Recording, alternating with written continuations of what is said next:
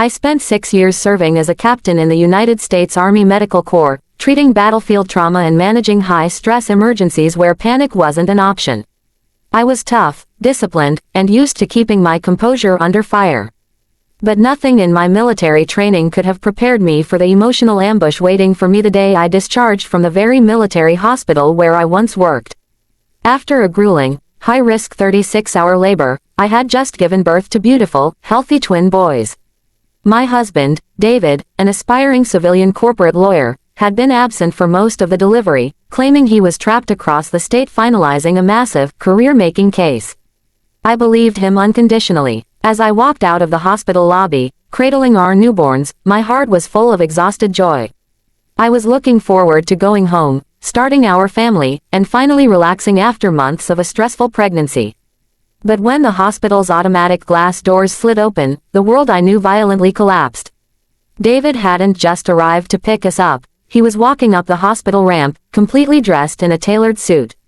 But he wasn't looking around for his wife or his newborn sons. His attention was entirely locked on the woman walking beside him. It was Sarah, a wealthy senior partner from his law firm.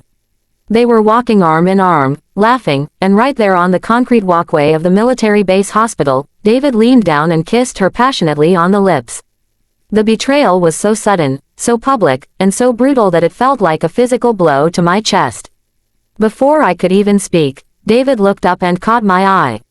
His smile instantly vanished, replaced by a momentary flash of panic. But within seconds, his expression hardened into something cold and calculated. He gently let go of Sarah's hand and walked toward me, not with the warmth of a new father, but with the cold detachment of an adversary. He didn't even look at the two babies in my arms. Instead, he stopped a few feet away and spoke in a low, rushed voice.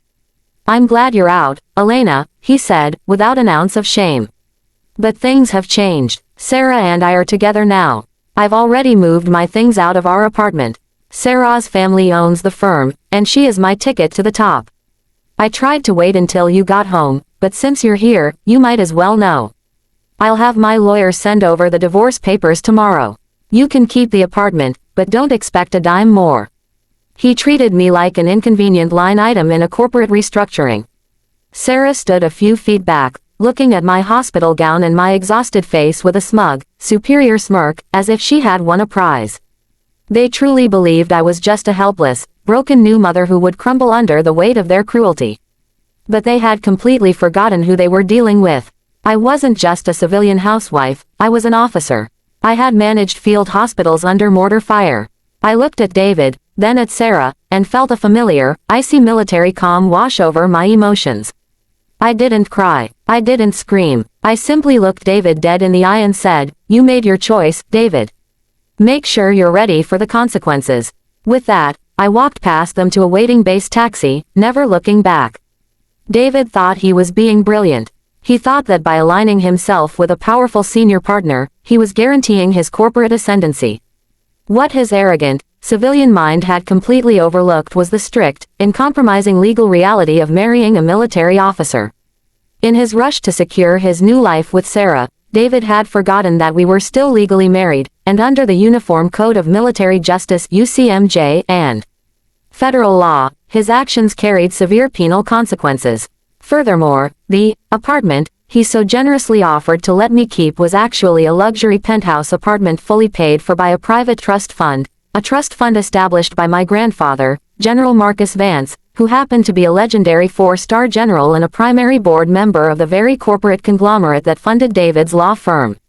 I didn't waste a single hour crying over a coward. The moment I arrived at the penthouse with my twins, I placed 2 phone calls. The first was to my grandfather's legal team, and the second was to the military police commander on our base.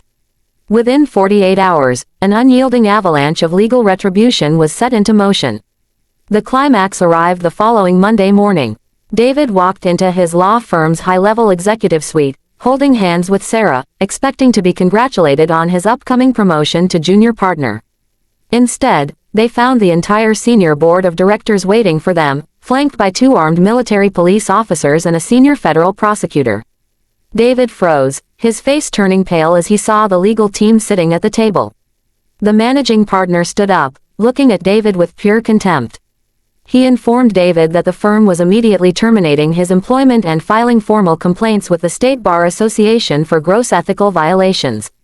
Because David had used firm resources, corporate credit cards, and company-funded travel to conduct his extramarital affair while his spouse was on active military orders, he had exposed the entire firm to massive federal liability and fraud charges. Sarah stepped forward, furiously screaming that her father wouldn't allow this. But the managing partner cut her off coldly, throwing a thick document across the table. "Your father has already voted to remove you from the partnership, Sarah," he said. "General Marcus Vance's corporate trust has officially pulled all funding and severed all ties with this firm due to your actions. We are bankrupt if we don't comply." David stammered, looking at the military police officers, his voice trembling as he asked, "What are they doing here?" "This is a civil matter." The federal prosecutor stood up, looked David in the eye, and delivered the devastating blow.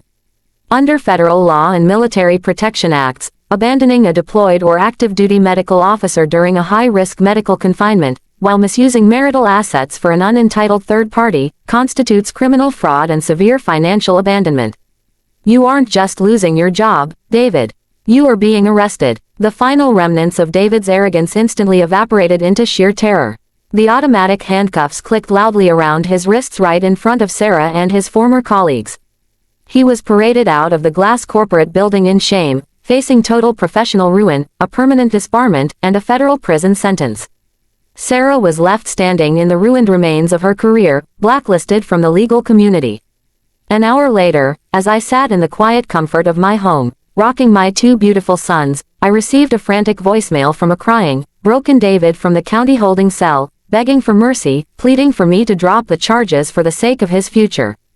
I didn't reply. I simply deleted the message, looked down at my boys, and smiled. David wanted to play a ruthless game of corporate ambition, forgetting that you never ambush a soldier unless you are prepared to face the entire army.